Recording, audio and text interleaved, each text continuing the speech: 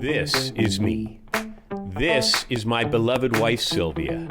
This is Sylvia's idea of sailing. This is my dream of sailing and my hope of circumnavigating the globe as a retirement project in 2029. This is Sylvia's reaction to that idea. I am on a 6-year quest to convince Sylvia that a circumnavigation is a wonderful adventure, but the clock is ticking, so join me as I search for the perfect yacht that Sylvia will love, and get all your ladies to subscribe and cheer Sylvia on in the comments.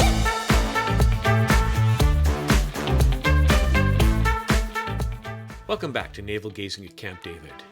We're heading to South Africa for this week's future yacht, the new Voyage 510.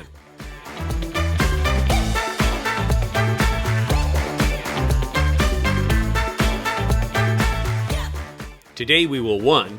Review its specifications, pricing, and layout against 3 similar new vessels. 2. Do a full tour asking what would Sylvia say. 3. Naval gaze at an innovation or technology that just might make life aboard a little easier. 4. Have a look at the used market for 3 to 5-year-old comparables. And 5. Give it a Dave score and compare the results with all our previously reviewed yachts. As always, all this fun will be sandwiched between a pairing of wine and a work of art from the same region as the guest yacht, in an effort to capture the culture and people who gave birth to these wonderful vessels. Waves, wine, art, and ideas, what a civilized way to spend 30 minutes, so let's get going. From high above Vancouver, we head southwest all the way around the globe to the eastern shores of Australia and the yards of Cure Marine, home of last week's future yacht, the spectacular Cure 55. From here, we head yet further west around the southern tip of the African continent and the yards of Voyage Yachts in Cape Town.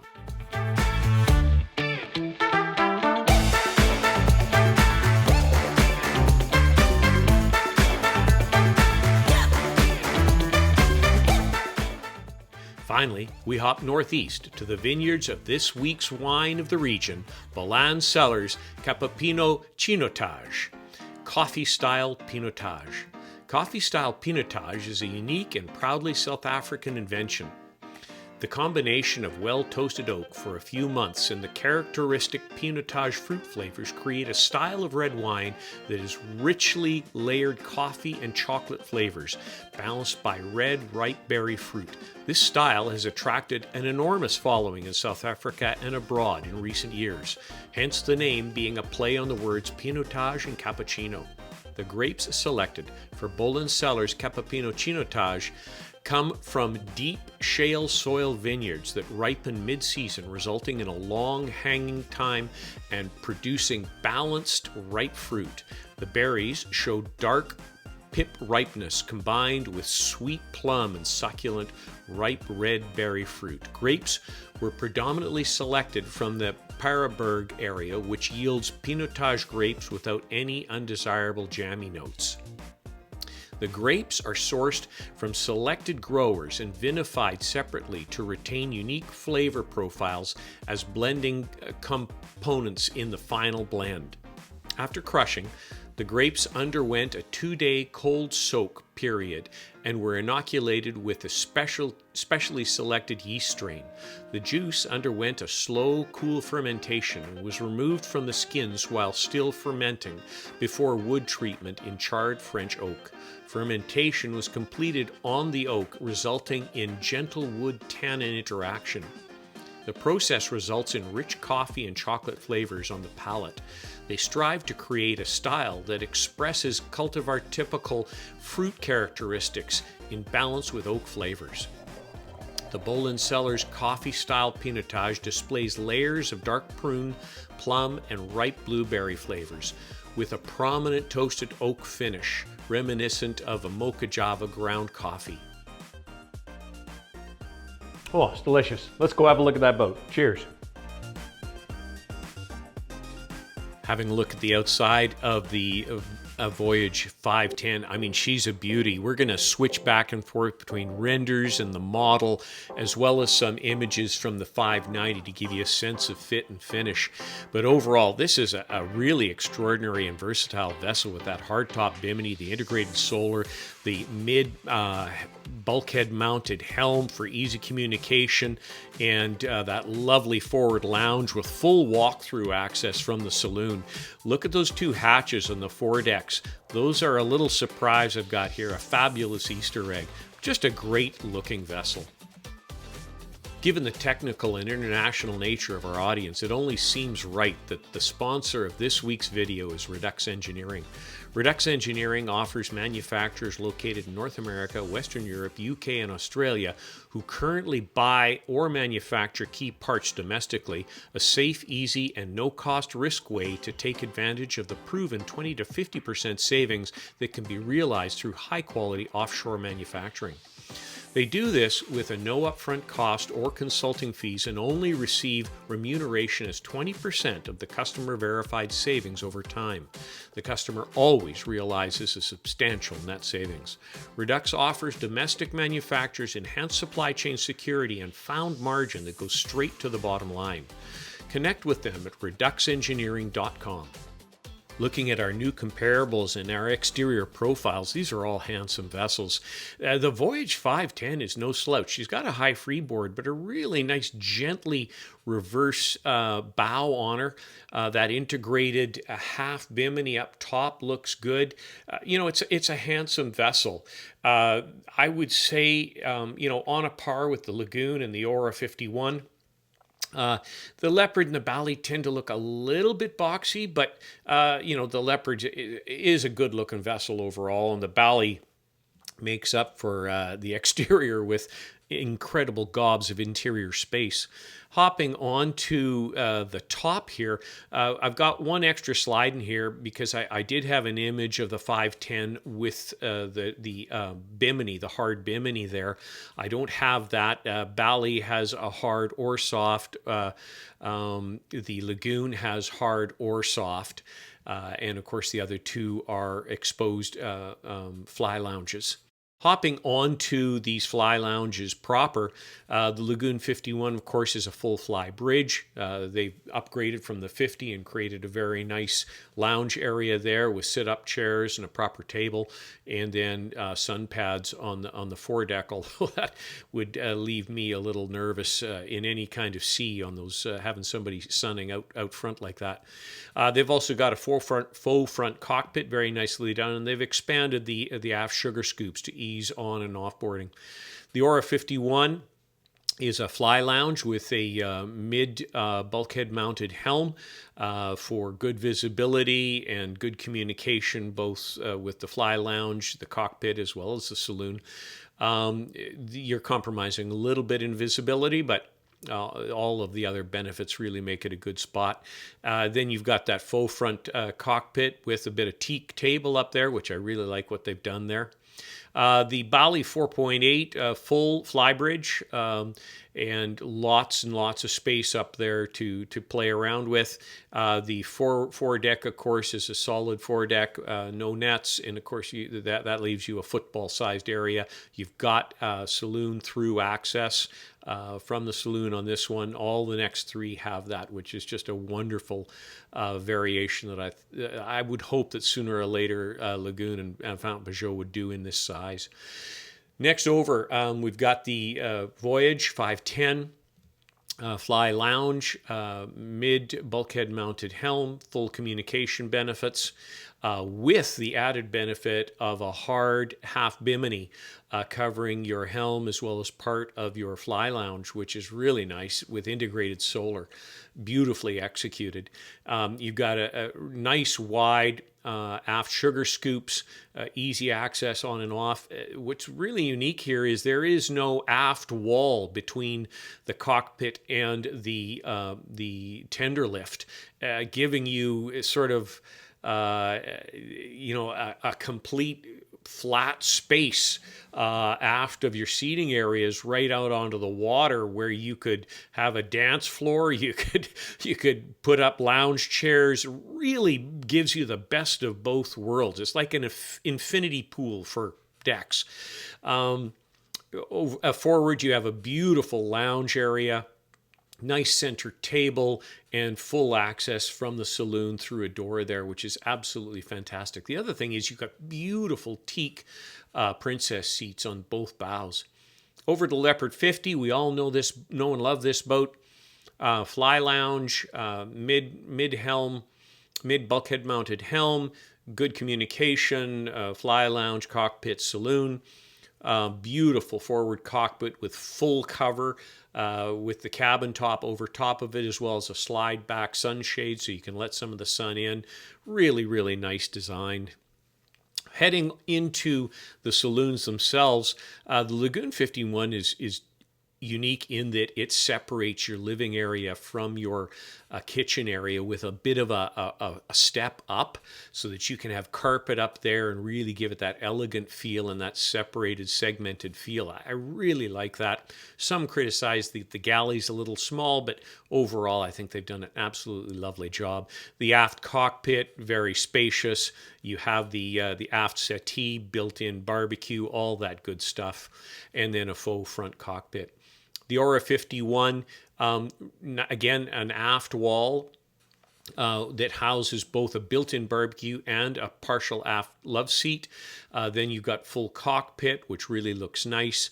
Huge opening windows and doors lead into same level saloon. Love the Aura 51 saloon. They've got a separate seating area, a lounging area, separate from the actual dinette, which I just think is fantastic. Their galley with the island gives nice bolster spots. It's just a beautifully laid out space. The only thing I would think is that on the starboard side, you could have enough room for a door forward that would lead you out onto the foredeck, which hopefully someday in the future they'll have. Lovely front cockpit. They also integrate some nice little teak table there, which adds a little class to the whole thing.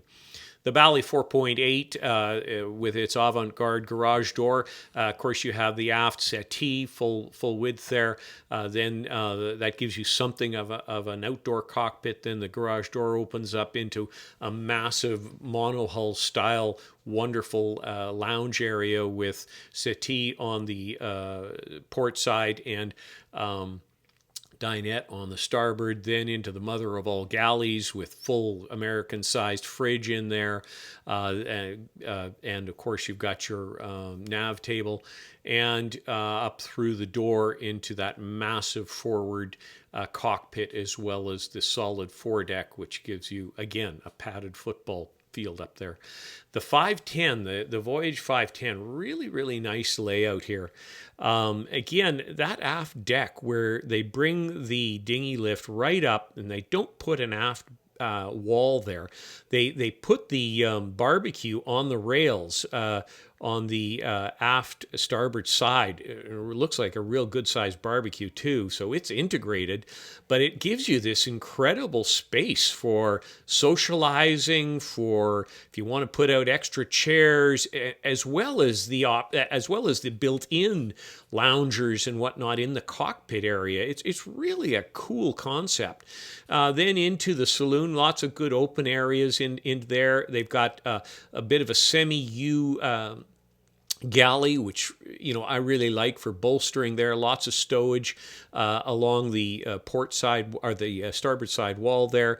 Forward port side, you've got the dinette with the table, and then a nice walk-through door into a beautiful large forward cockpit area. Really, really nice. Now, I want you to pay attention to the forward cockpit area, just forward of all of the lounging pads. There's 2 hatches you can see there. We're going to come back to that. Over to the Leopard 50, we all know and love this vessel. Massive aft cockpit, the size of that table, you could land an F-16 on it. Moving forward into the saloon, you've got the aft port side dinette slash settee, and then you've got the galley on the starboard side, and then you've got a nav desk forward and full door access to a beautifully executed front cockpit that has full cover from the cabin top above, as well as a pullback to let the sun shine in. The best executed forward lounging cockpit in the business. Hopping into the accommodations on the Lagoon 51, of course, you have a full starboard owner's hull with, you'd have to call it three-side access to that fore-aft berth. It's a little tight, but it is good. You got a beautiful, luxurious settee in there, which just adds elegance. You have a walk-in closet, which is outstanding.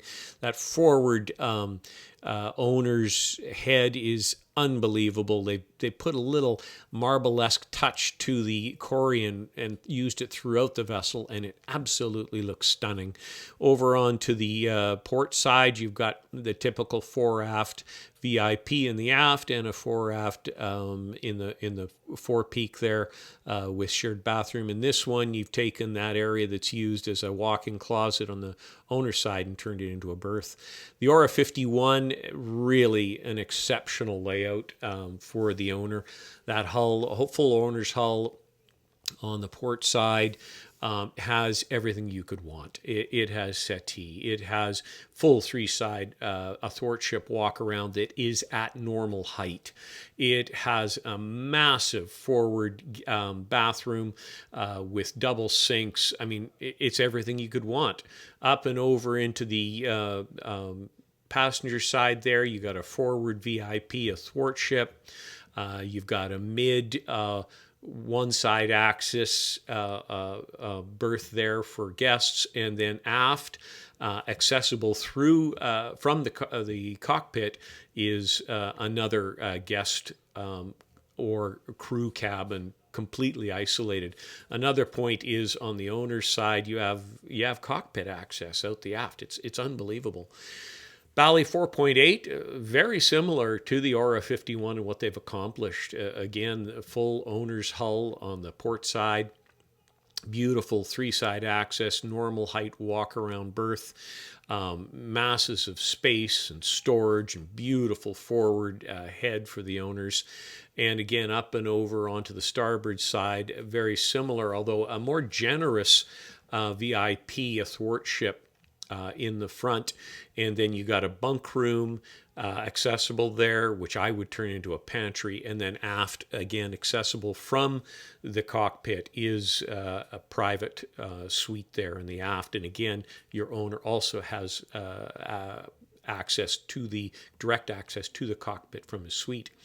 Moving to the 510, again, very innovative. They've done a great job here. Now, there is a version with a full owner's hull. I just don't have that layout available here, but you'll want to picture that, where you got a full owner's hull with full built-in laundry, the whole shoot and match.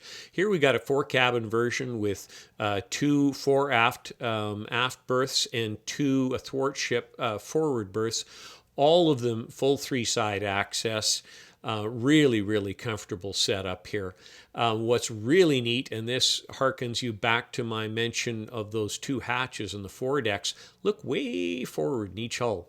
Yes, those are a set of stairs that lead from the foredeck through that hatch down into what could be a private crew cabin or a fabulous wet room where you'd stow all your scuba gear and whatnot. Or one of them could be the wet room on one side and incredible easy access storage on the other side, where if you've got bikes and scooters and things of this nature that are a little heavier and more awkward, well, you don't need a ladder. You've got stairs and you've got a massive hatch to take them out of. And both of these rooms have full access from the forward athwartship VIP rooms. I mean, holy mackerel, that is absolutely fantastic. Next, the Leopard 50, we've all seen it. You've got the 2 aft, 4 aft berths. One on the starboard side is a 2/3 owner's suite in that hull. I couldn't call those aft berths full 3-side access. I'd have to call them 2.5. But very comfortable. On the starboard side, you go forward to a very nice athwartship VIP. And on the port side, you have the aft, fore-aft. And then forward, you can replace the berth with a beautiful utility room. I think it's an absolutely outstanding idea. I want to focus in then again on the Voyage And that fabulous access in the front there. There's the two hatches forward of those sun pads. You basically lift those up. They're massive, and down the steps you go into these wonderful spaces for storage, guests, wet rooms, you name it. But the fact that you have this staircase is just fantastic. And then you have access into the main hulls. I mean, what an innovation. I think it's absolutely outstanding. Okay, we're going to look at the numbers now. Going across the top line, your most economical here is the Bally 4.8 at €850,000. Next up is going to be the Fountain Pajot and the Lagoons at basically $1,050,000. And then finally the Voyage and the Leopards at basically 1.2 million. The actual sail away, though, I want to point out that the Voyage 510 offers some very, very unique benefits. One of them is a bow thruster. And yes, I know there are the purists cringing, but all I need is a bow thruster and a dock mate to tie the bow thruster and the separated engines in the aft together, and I can take my vessel sideways into the dock, hold it there while Sylvia's sipping a pina colada rather than screaming back and forth. And I think 20 grand's worth my marriage. So I think that's tremendous. They also have full power optional foresail furlers. They have a shaft drive. I mean, I really think this is sort of the privilege for the rest of us. Length overall, looking across here, the longest is the Fountain Pajot 51 at 52.2 feet, followed by the Voyage at 51.8. Then it's the Leopard and Lagoon tied at 50.5, and finally the Bally at 48.9 feet. The beams on these, the beamiest of the bunch is the Voyage at 26.9. Then it's the Fountain Pajot, the Lagoon at 26.7, the Fountain Pajot and Leopard at 26.5, and then the Bally at 25.85. As far as draft goes, your lightest draft is the Fountain Pajot. At the shallowest draft, I should say, is the Fountain Pajot at 4.36 feet. Next is going to be the Bally at 4.46 feet. Next is the Lagoon at 4.6. Then the Voyage at 4.9, and finally the Leopard at 5.25. Bridge deck clearance, really couldn't find it other than two of them, the Fountain Pajot at 5.43 feet and the Leopard at 3.3 feet.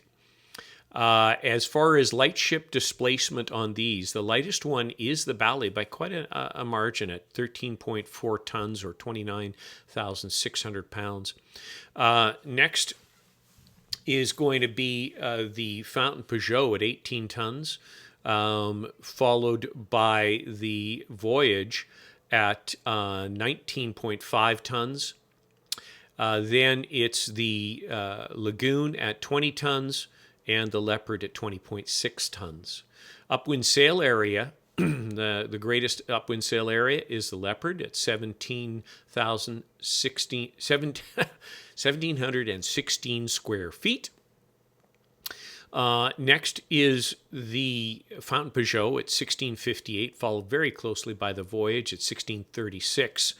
Then the Lagoon at 1615 and the Bally at 1378.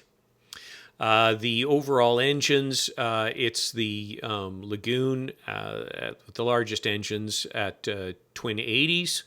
Then basically everybody else is sort of twin 60s, twin 57s.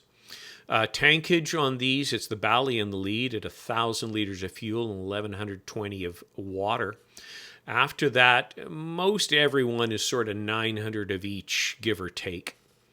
Looking down at the numbers that I'm hoping you'll beat on your manufacturers and your brokers for, it's really ridiculous. We don't know these living area numbers. So interior square footage area, exterior square footage area, interior enclosed storage volume, exterior enclosed storage volume.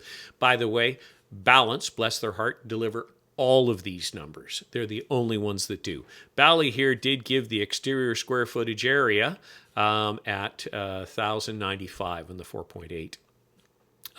Total fridge capacity, it's the Bally way out in front at 308.5 liters of each, followed by the Lagoon at 250 liters of each. Everybody else is around 100.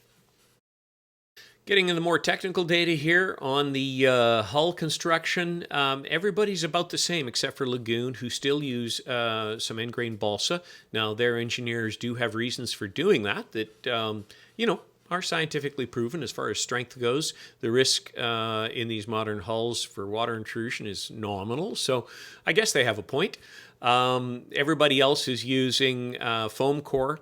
Everybody is using polyester hulls. There's no vinyl ester here, save for a few of them, like the Voyage, have a layer of vinyl ester on the outside just to prevent osmosis. And then they all will have a gel coat that is also supporting avoiding any kind of osmosis.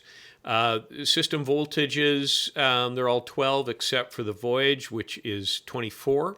Battery banks, I got the Voyage and the Leopard, so maximum battery capacity from the factory on the Voyage is 600 amp hours or 7.2 kilowatt hours of lithium. The Leopard is 1,269 amp hours or 15 kilowatt hours, but it's not lithium. Solar capacity. So factory solar is unavailable on the Bally or the Leopard. For the Lagoon, you now have integrated 3,400 watts of flexible. Fountain Peugeot integrated 2,000 watts of flexible. And on the Voyage, you have integrated 648 watts of glass, ventilated glass. Heading down to the performance indicators, sail area to displacement, which is indicative of power.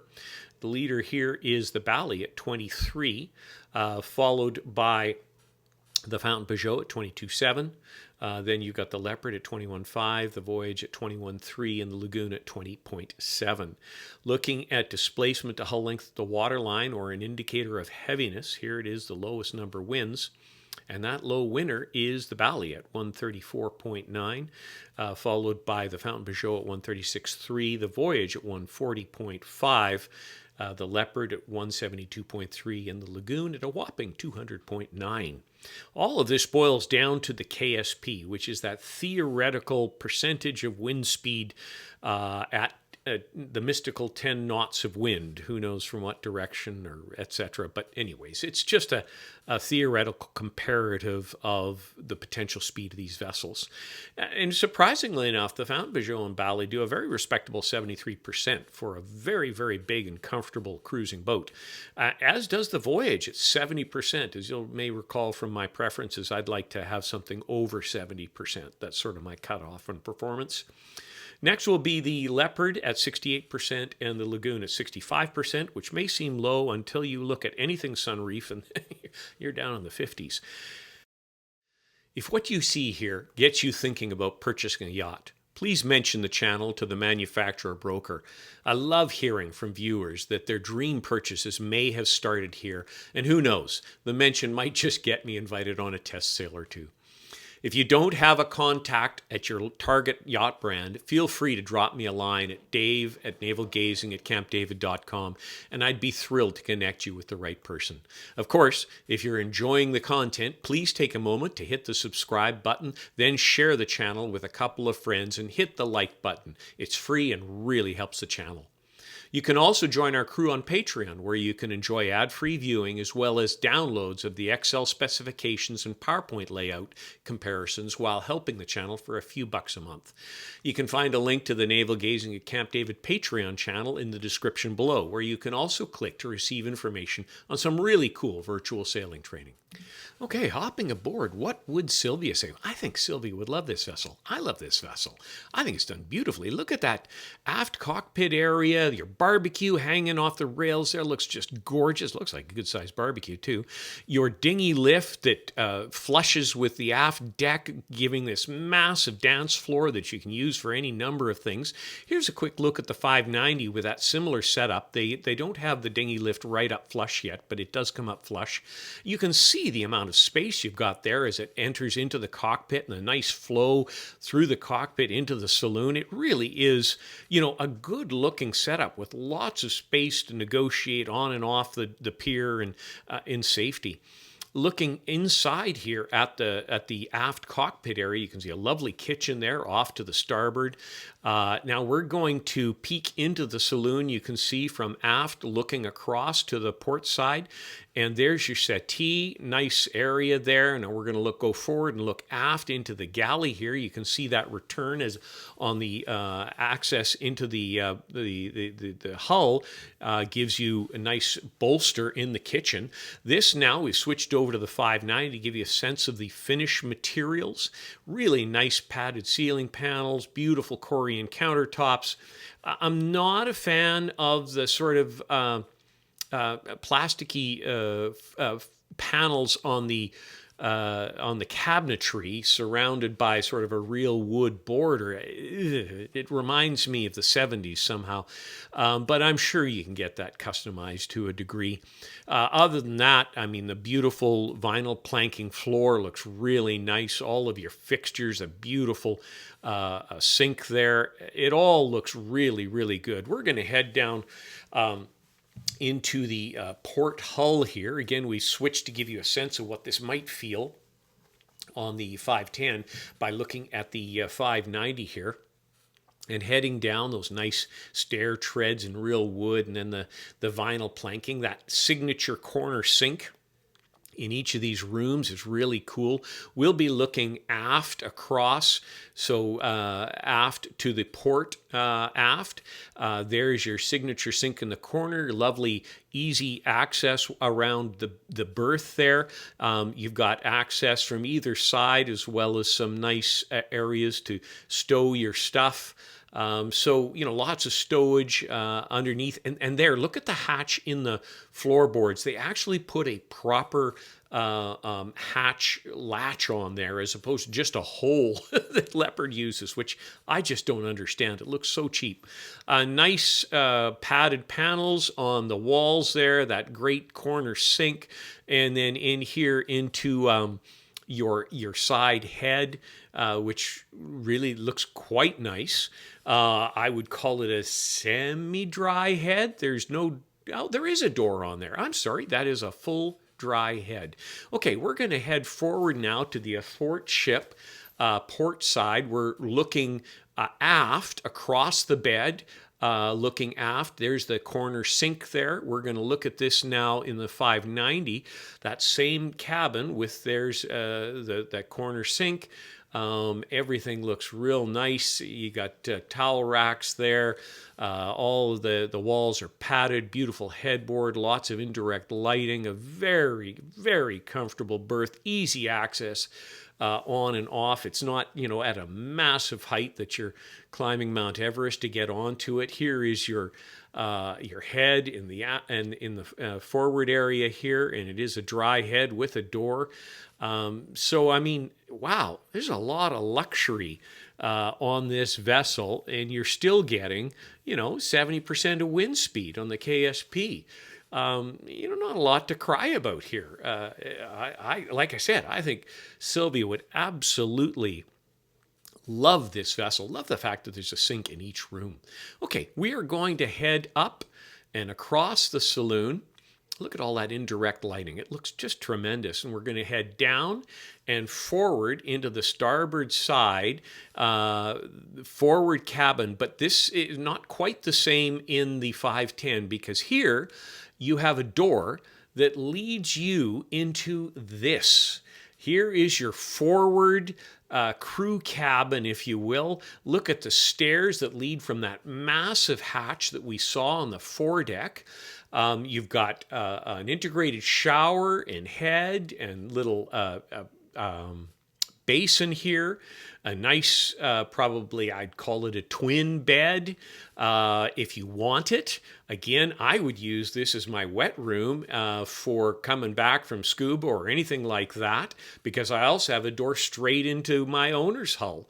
And then on the other side, I'd use it for stowage so I can take my bike up those stairs without struggling up a ladder. Absolutely fabulous. And up and out we are on the foredeck. Look at the size of those hatches. I mean, how practical is that? These beautiful teak princess seats, just love it. And again, you can get a sense of the beautiful forward cockpit area here. It really is tremendous, and the sheer size of those hatches that we saw. Now again, here's that lovely forward door. You can see in the 510, these will be electric windows, and this beautiful waterproof door that leads out onto a tremendous front cockpit area with lovely teak inlays. They've done a really nice job on adding class where I'd really like it. The teak princess seats, the teak inlays, really, overall looks real good. I'm not sure again about the finish in the saloon and galley areas there, but I'm betting that you can get some customization on these, as they're not a massive volume vessel. At least 2, 3, or 4 hulls have been sold already and are ready to splash sort of mid-2025. Okay, a little naval gazing here. There are 2 things that worry me about world cruising: being boarded at night by pirates or thieves while I'm sleeping, and the anchor dragging when I'm asleep or off the boat, aka sailing Ruby Rose. As it turns out, there are answers for both of these concerns. All the boat security systems I have seen are sort of like closing the barn door after the horse has escaped. They are motion and pressure sensors that let you know somebody is already aboard. Not a happy thought. I want a perimeter warning that lets me know of an incoming target before they are on board. As it turns out, there are at least 2 products that let you set up a radar guard zone around your vessel, one from Garmin and one from Simrad. There's no rocket science to this. Set up the zone on your touchscreen plotter and go to sleep. If the radar detects an object entering or even exiting, maybe your precious tender, the zone, an alarm goes off on the boat and or on your cell phone. I like it. It's also a nice feature protecting you against neighboring boats who may be dragging their anchor and heading to a collision with your yacht.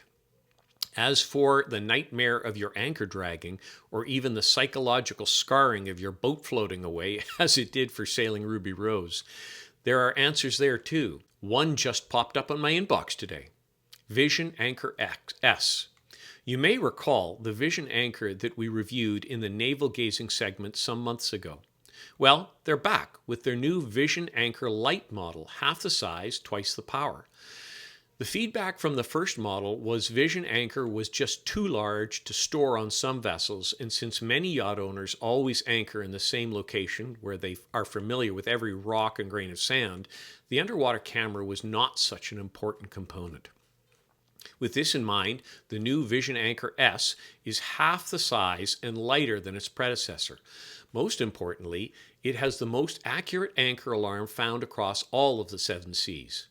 After years of fine-tuning, the Vision Anchor S location module is receiving inputs from 4 different satellite systems: GPS, GLONASS, Galileo, and Beidou. As a result, the buoy knows exactly how much the anchor has moved or has not moved. The Vision Anchor S is more accurate than any other device, not only because of its precise location module, but also because it floats above your anchor at all times and gives you the anchor's location, unlike other anchor alarms and apps that track the location of your boat or your phone, which is swinging around the anchor in changing wind and water currents. The new system has no camera, so they extended the rope to 40 meters for anchoring deeper, and extended the battery capacity so that the buoy can operate 7 days on a single charge. The price of the smaller Vision Anchor S is also significantly lower. Vision Anchor S is a smart anchoring buoy that is always above the anchor because of the self-adjusting rope system transmitting the location of the buoy to the base unit that's located on the boat. The base station works as a charger as well and transmits the location information from the buoy to your phone so you can control everything from the app. You set a range of movement you allow for the anchor, and if it goes out of the range, you get an alarm on your phone as well as on the base station. Why is it better than an existing anchor alarm? It actually tracks the anchor's position instead of doing the calculations about where your boat is. So you get fewer false alarms and more time to react to a dragging anchor if the worst happens. Okay, we're back on board, heading out from that beautiful front cockpit area to the gem of this fly lounge and helm station, the mid-bulkhead mounted helm that gives you full visibility and communication to the folks on top, the folks in the cockpit, and the folks in the saloon. It also gives easy access right behind the helm station instead of in front of it, and easy access to the winches for the helm person, and what looks to be at least a 3-person seat there. It really does look like an excellent helm setup. Look at that fabulous partial bimini for the upper area. It looks so cool there and gives you the best of both worlds. Easy coverage, good solar capacity, and full sun if you want it. You've also got the glass front window here protecting you, and great rope storage and management. You've got easy visibility of your telltales, and there's those translucent solar panels. I think the integration is just beautifully done. The salon area, or the actual fly lounge area, very comfortable, very practical. Again, you can see it here on the model for the 510. Really a cool design. There is your aft barbecue. Just love it. Lots of space to operate on the aft deck. Man, there's just so much to love about this. Now, looking underneath, look at those beautiful shaft drive props, nicely protected. Let's back out here. One last look, and we'll think about what are we going to compare this to on the pre-owned market. First up, we've got a 2021 Leopard 50 3-year-old boat. They are asking $1.3 million versus our sail away at $1.8. There's a lot to love about the Voyage. I'd probably pay the $500,000. Next up is the Fountain Peugeot Aura 51. We're looking at 2023, a 1-year-old vessel. They're looking 1.5 versus our 1.8. I do believe I would go with the Voyage on this one. Next up is the one we compare everything to, and that is the Privilege. The Privilege, this is a 510, 2021. It's a 3-year-old boat. They're asking 1.5 versus our 1.8. This would be a hard one for me. If it had the forward full beam master, there'd be no question I'd do the Privilege. But other than that, there are so many aspects to this Voyage that I love, like those front access hatches and stowage areas, and that half hard bimini with integrated solar, the factory bow thruster. There's just a lot to love. I'd do the Voyage, I think. Here we are, something interesting, a Windaloo 2021 50. 3-year-old boat. You don't see many of these on the market. This would be a hard choice for me. The interiors of the two probably are about the same, although the Windaloo is a little more stripped down. The forward cockpit in the Windaloo is really, really cool and remarkable in the way it allows you to see around. It also gives you direct access to the foredeck. It does have a sort of 2.5 side thwartship master. It's a completely different boat. It would be a struggle for me on this one, although probably the 800, 700 that I'd be saving would push me to the Windaloo. So there you have it. Next up is a 2020 Exquisite Yachts X5, 4-year-old vessel. They are asking 1.350. This one would be a very hard choice. Technically, this is just an outstanding vessel. What Tomas does on these is wonderful. I'm not a fan of the design, and eventually they'll come out with something more like the 60 Solar Sail. But for now, here we are. 500 grand Delta. I'd probably do the Voyage. I'd probably do the Voyage. Okay, so that was 4 out of 5. Monohull heresy. What do we compare this to? We're looking at 60-foot to 65-foot yachts. First up is a 2018 Bavaria C65. There were only 3 of these ever made. This one, they're asking $1,050,000 for a 6-year-old vessel. Somebody in the comments tell me, why is this still on the market? I swear I've seen this on the market for the last 5 years. Is it real? This one for the 800 grand Delta, I'm afraid I'd have to go with the Bavaria C65 if it's real. Next up, we are looking at a 2021 AML 60. Oh, what a gorgeous, gorgeous vessel, but oh, what a large, large price tag. So they're looking for 2.3 versus our 1.8. I'm afraid the Cat would win. Next up is a 2022 DeFore 61, a 2-year-old beauty. Incredible skylights over the galley area. They're asking 1.35 versus our 1.8. The Voyage would win on this one. Next up is a 2021 Jeanneau 64 with that stunning signal blue and the white boot stripe. Oh my gosh, I like the look of this boat. They're asking 1.3 versus our 1.8. Would I save the $500,000? Probably. Next up is the 2022 Jeanneau 60 with full hardtop, the whole shebang. They're asking 1.3 versus our 1.8. I'd probably still do the Voyage. So there you have it.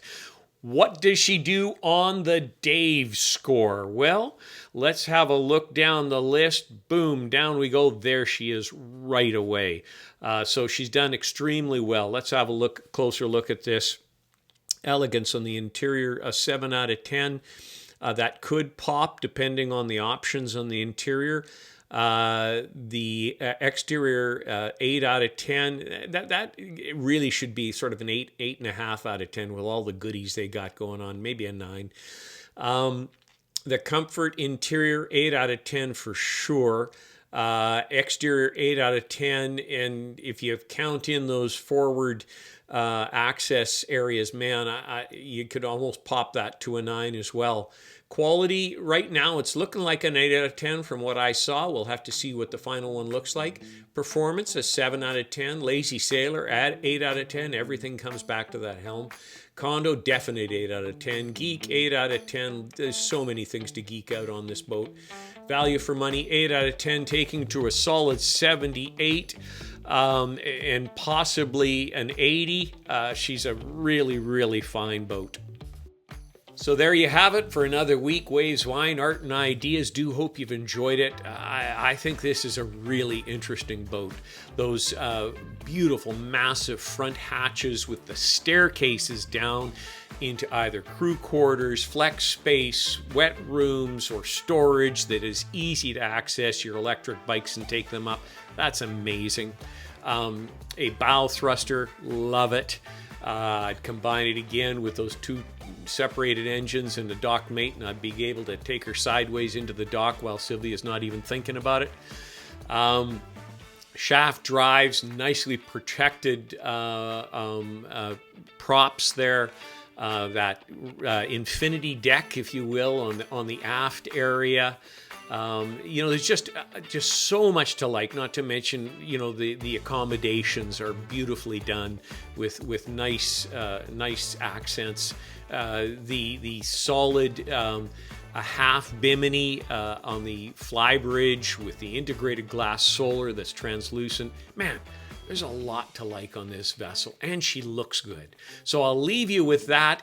And for our art of the region, we're looking at South African Township, acrylic paint on canvas by 2 artists, Alda and Sylvan Bikodu. I hope you enjoy it. We'll see you next week. Cheers.